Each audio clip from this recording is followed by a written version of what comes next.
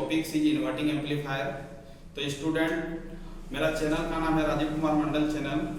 आप इस चैनल को देखिए, वो देखने के बाद यदि पसंद आए तो लाइक करना है स्टूडेंट, और सब्सक्राइब भी करना है। ठीक है स्टूडेंट, अब हम आते हैं अपना टॉपिक्स में। स्टूडेंट, आपका जो टॉपिक्स है वो क्या है? इन्वर्टिंग एम्पलीफायर है। ठीक है, तो पिछले क्लासेस में हम एम्पलीफायर बता चुके हैं स्टूडेंट। अब आपको क्या बताना है? Inverting amplifier. तो इन्वर्टिंग एम्पलीफायर का सर्किट डायग्राम क्या होगा स्टूडेंट, उसको आपको ध्यान देना है। ठीक है स्टूडेंट, अब देखिए ये आपका क्या है? Inverting amplifier. तो ये आपका है नेगेटिव टर्मिनल, ये होता है आपका पॉजिटिव टर्मिनल। अब आपको क्या करना है? यहाँ पर एक रेजिस्टेंस लगाना है। इस रेजिस्टेंस को हम लोग कंसीडर कर रहे हैं R1 स्टूडेंट, और यहाँ पर हम एक फीडबैक रेजिस्टेंस लगा रहे हैं, वो आपका है RF। और यहाँ पर सप्लाई दे रहे हैं स्टूडेंट, वो है आपका V1, और यहाँ से हम आउटपुट ले रहे हैं वो V0, और यहाँ पर ये टर्मिनल पॉजिटिव टर्मिनल को हम क्या कर रहे हैं स्टूडेंट? ग्राउंड कर रहे हैं। ठीक है, इस तरह के एम्पलीफायर को हम क्या बोलेंगे? Inverting amplifier. अब स्टूडेंट यहाँ से ध्यान से समझने का कोशिश करिए कि इसको इन्वर्टिंग एम्पलीफायर क्यों बोलेंगे। तो स्टूडेंट, आपको पिछले क्लास में बता चुके थे कि ये आपका पिन नंबर 2 होता है, ये आपका पिन नंबर 3 होता है, ये पिन नंबर क्या होता है? 6 होता है स्टूडेंट। तो स्टूडेंट यहाँ से ध्यान से देखने का कोशिश करिए कि स्टूडेंट पिन नंबर 2 से हम क्या कर रहे हैं? इनपुट दे रहे हैं, इसीलिए इसको हम क्या बोलेंगे? इन्वर्टिंग एम्पलीफायर बोलेंगे। अब आपका पिन नंबर 2 क्या है? नेगेटिव टर्मिनल है, और नेगेटिव टर्मिनल में हम क्या कर रहे हैं? इनपुट दे रहे हैं, इसीलिए हम इस एम्पलीफायर को क्या बोल रहे हैं? इन्वर्टिंग एम्पलीफायर बोल रहे हैं। ठीक है स्टूडेंट, अब आपको इन्वर्टिंग एम्पलीफायर का आउटपुट को कैसे फाइंड आउट करना है? आउटपुट का एक्सप्रेशन जो होगा V0 equal to minus RF by R1 into V1 कैसे आएगा स्टूडेंट? आपको प्रूफ करके दिखाना है कि V0 equal to minus RF by R1 कैसे आ रहा है। अब स्टूडेंट यहाँ से समझने का कोशिश करिए, ये आपका क्या है? V प्लस कंसीडर करते हैं, क्योंकि ये आपका पॉजिटिव टर्मिनल से कनेक्टेड है, और ये आपका किससे कनेक्टेड है? नेगेटिव टर्मिनल से कनेक्टेड है। इसका मतलब इस पोटेंशियल को V प्लस कंसीडर कर रहे हैं, और इस पॉइंट में हम पोटेंशियल V माइनस कंसीडर कर रहे हैं।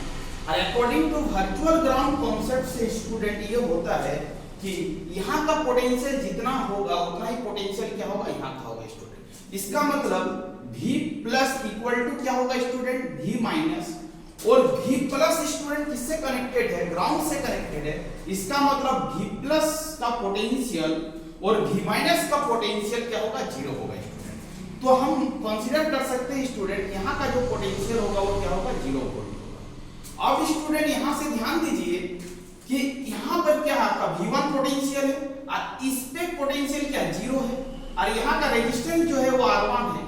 तो हम कंसीडर कर रहे हैं कि यहाँ का करंट आपका स्टूडेंट क्या है? I1 है, और इस ब्रांच का करंट आपका स्टूडेंट क्या है? I2 है, और इस ब्रांच का करंट आपका स्टूडेंट क्या है? I3 है। अब स्टूडेंट आपको समझाने का कोशिश हम करते हैं कि हम पिछले क्लासेस में बोले थे कि जब कैरेक्टरिस्टिक्स ऑफ ऑपरेशनल एम्पलीफायर बता रहे थे, तब स्टूडेंट हम ये बोले थे कि ऑपरेशनल एम्पलीफायर का इनपुट इंपेडेंस कितना होता है स्टूडेंट? इन्फिनिटी होता है। अब देखिए स्टूडेंट, इसका इनपुट इंपेडेंस यदि आपका इन्फिनिटी होगा, यहाँ पर आपका एक इनपुट इंपेडेंस रहता है, वो इंटरनली कनेक्टेड रहता है, और उसका वैल्यू जो होता है वो क्या होता है? इन्फिनिटी होता है। इसका मतलब स्टूडेंट यहाँ से ध्यान दीजिए कि यदि आपका यहाँ पर इनपुट इंपेडेंस इन्फिनिटी होगा, तो करंट इस पाथ में जो फ्लो करेंगे वो क्या होगा? I3 जो होगा वो क्या होगा? 0 होगा स्टूडेंट, क्योंकि आपका इनपुट इंपेडेंस क्या है? इन्फिनिटी है। जब आपका इनपुट इंपेडेंस इसका इन्फिनिटी है, तो इस पाथ में जो करंट फ्लो करेंगे वो क्या होगा? 0 होगा, क्योंकि आपका इनपुट इंपेडेंस क्या बहुत ज्यादा है, करंट को अपने अंदर जाने ही नहीं देगा। इसका मतलब I3 का वैल्यू जो होगा स्टूडेंट वो क्या होगा? 0 होगा। तो स्टूडेंट हम बोल सकते हैं कि वी नो दैट, हम जानते हैं कि वी नो दैट, हम लिख सकते हैं I1 इक्वल टू क्या लिखेंगे स्टूडेंट? I2 प्लस क्या लिखेंगे? I3 लिखेंगे स्टूडेंट। देखिए स्टूडेंट, ध्यान से समझने का कोशिश करिए, यहाँ से जो करंट आ रहा है वो करंट दो भागों में ब्रांचिंग हो रहा है, एक हो रहा है I3 और एक क्या हो रहा है I2। बट स्टूडेंट यहाँ से ध्यान देने का कोशिश करिए कि I1 इक्वल टू क्या होगा? I2, और I3 का वैल्यू क्या होगा 0। I3 का वैल्यू 0 क्यों होगा, क्योंकि ऑपरेशनल एम्पलीफायर का इनपुट इंपेडेंस क्या होता है, बहुत ज्यादा होता है, हाई होता है। इसका मतलब इस पे करंट का जो वैल्यू होगा वो 0 होगा। तो आप स्टूडेंट यहाँ पर I1 इक्वल टू क्या लिख सकते हो स्टूडेंट, I2 लिख सकते हो। अब स्टूडेंट आपको ध्यान देना है कि I1 का वैल्यू को कैसे फाइंड आउट करेंगे इन टर्म्स ऑफ पोटेंशियल।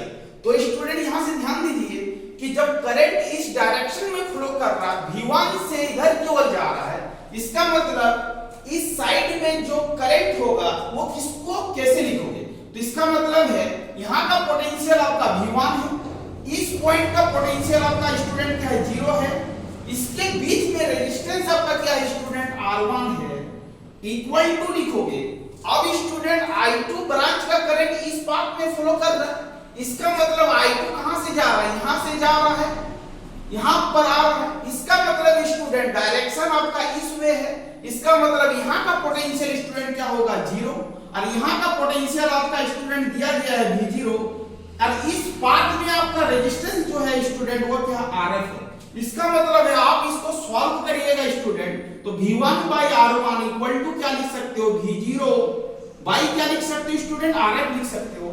अब स्टूडेंट इसको क्रॉस मल्टीप्लिकेशन करोगे तो RF by R1 multiply V1 equal to क्या होगा स्टूडेंट माइनस ऑफ V0।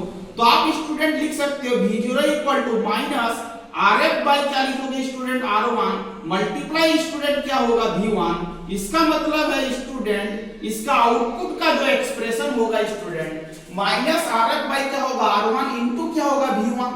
इसका मतलब स्टूडेंट यहाँ ध्यान दीजिए कि आपको हम बोले थे कि हम यही फॉर्मूला को क्या करेंगे प्रूव करेंगे। ये कैसा एम्पलीफायर है, इनवर्टिंग एम्पलीफायर है। इसका मतलब स्टूडेंट यहाँ से ध्यान देने का कोशिश करिए कि हम RF इक्वल टू यदि R1 को K कंसीडर करते हैं तो हम बोल सकते हैं student V0 equal to minus K times of क्या होगा V1 होगा।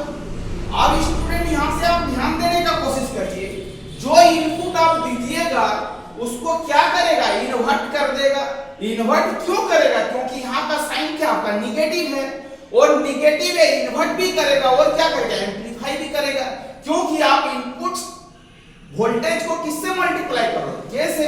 इसका मतलब है इसका जो आउटपुट होगा V0 equal to minus K times of क्या होगा स्टूडेंट V1 होगा। अब स्टूडेंट आप ग्राफ के माध्यम से समझने का कोशिश करें।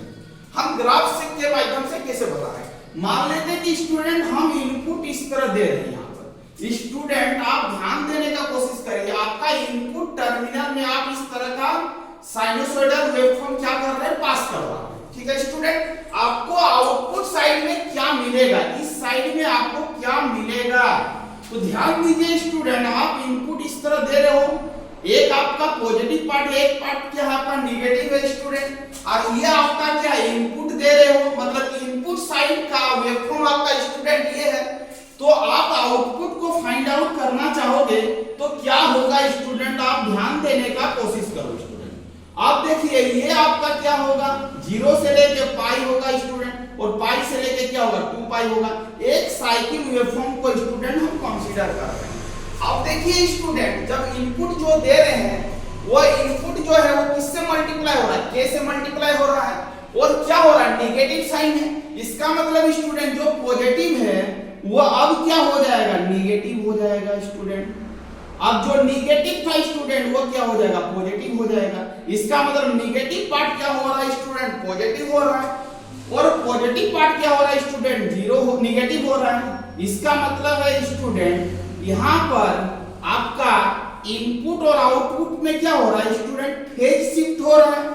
तो आप स्टूडेंट ध्यान से समझने का कोशिश करो कि ये 0 से लेके पाई के बीच में क्या है स्टूडेंट पॉजिटिव पार्ट है, बट आउटपुट आपको 0 से लेके पाई के बीच में क्या मिल रहा है स्टूडेंट नेगेटिव मिल रहा है। इसका मतलब स्टूडेंट यहाँ से ध्यान देने का कोशिश करो कि इनपुट और आउटपुट में कितने डिग्री का फेज शिफ्ट हो रहा है स्टूडेंट। इसका मतलब स्टूडेंट आपको बोलना है कि इनपुट और आउटपुट के बीच में 180 डिग्री का क्या हो रहा है स्टूडेंट फेज शिफ्ट हो रहा है। तो आप स्टूडेंट आपका एग्जाम में पूछा जाएगा कि इन्वर्टिंग एम्पलीफायर किसको बोलते हैं, उसका मैथमेटिकल एक्सप्रेशन क्या होता है, उसका इनपुट और आउटपुट वेवफॉर्म में क्या रिलेशन है और इनपुट और आउटपुट में कितने डिग्री का फेज शिफ्ट होता है, तो आपको स्टूडेंट इतना सारा कंटेंट को लिख डालना है स्टूडेंट। इसका मतलब स्टूडेंट इन्वर्टिंग एम्पलीफायर में फेज शिफ्ट होता है 180 डिग्री का, फेज शिफ्ट होता है 180 डिग्री का, और आउटपुट का एक्सप्रेशन जो होगा वो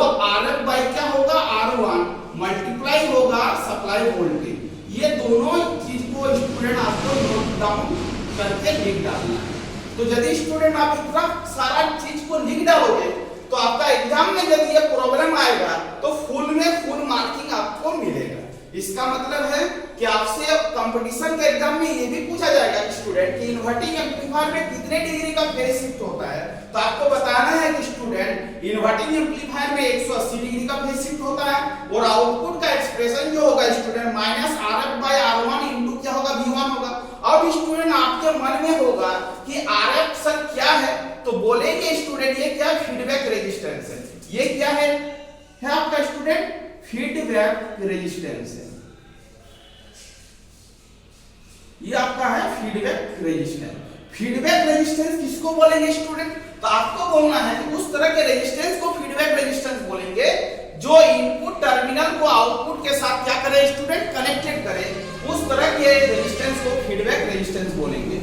तो स्टूडेंट आपका इन्वर्टिंग एम्पलीफायर यहीं पर एंड होता है।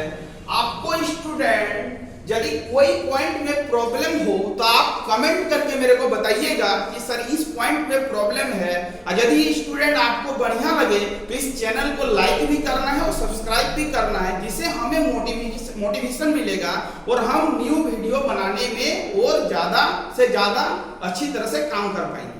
Thank you student, next class में कंटिन्यू करते हैं। Thank you.